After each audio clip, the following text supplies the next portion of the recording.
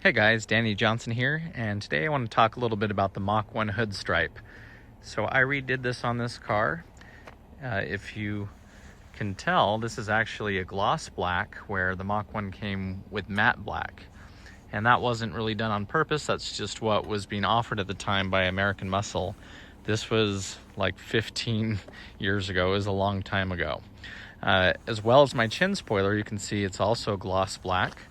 And so that's something that I got new at the time, and that's just what was being offered. And I guess it kind of worked out that both of them match that way. But what I wanted to cover was installing the stripe if you're going to do this on your own. It actually took me 3 different attempts to get it perfect. And so basically what you do is spray it down with Windex or some kind of water solution. Soapy water, Windex worked, just fine. And then you peeled the sticker off on the back and you set it down, and being wet, you can still move it around and slide it until it's perfect in its position. From there, you squeegee it out, and you still have the top of the sticker that's on there, so it's protecting it from getting scratched. But you squeegee the water out, and then when you're done, you peel that backing off of it, and then the decal's left behind. Now, it took me 3 times because the first time I tried it, what actually happened was I was pulling that backing down, and right when I got about halfway down, it all turned to bubbles. Even though I had squeegeed it all out, there was bubbles in the decal. So the second time around, I worked it a little bit more, and what I found was that a lot of the water was getting trapped between the pinstripe and the main stripe. So what I ended up doing was on the paper side, poking holes between these two so that you could have some drainage. So then as you were squeegeeing the water out, then the water actually had a place to run out because it was just getting trapped between the main stripe and the decal's pinstripe.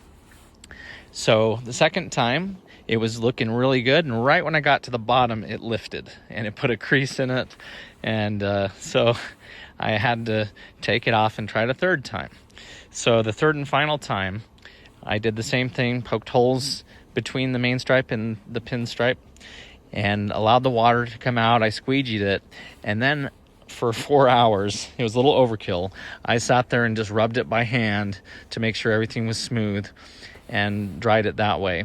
I then let it cure overnight, and then the next day I came and pulled the backing off, and it was perfect. So this has lasted for quite a while, but I also do not drive this car and leave it in the sun where it would blister or anything like that. So it's a garage kept car. And anyway, that's just kind of a quick story on how you do these kind of decals, because if you look at the Mach 1 hood, which I absolutely love, it's like a GT hood where it goes up 1 notch, but then the Mach 1 hood goes up once more, and then again with that shaker. So I really love this hood. I remember looking at the 03 Mach 1, same torch red color when I was in high school. I remember sticking my head through the window and just seeing that view, and I just thought that was the coolest thing, to see the shaker with a hole in the hood. So at the time, I didn't think I'd ever be able to have one of these cars, so I'm grateful that I have one now. So anyway, just wanted to share that quick tip. If you're doing a Mach 1 hood decal, let the water drain out, work it, very, very long, let it sit overnight, and then pull that backing out.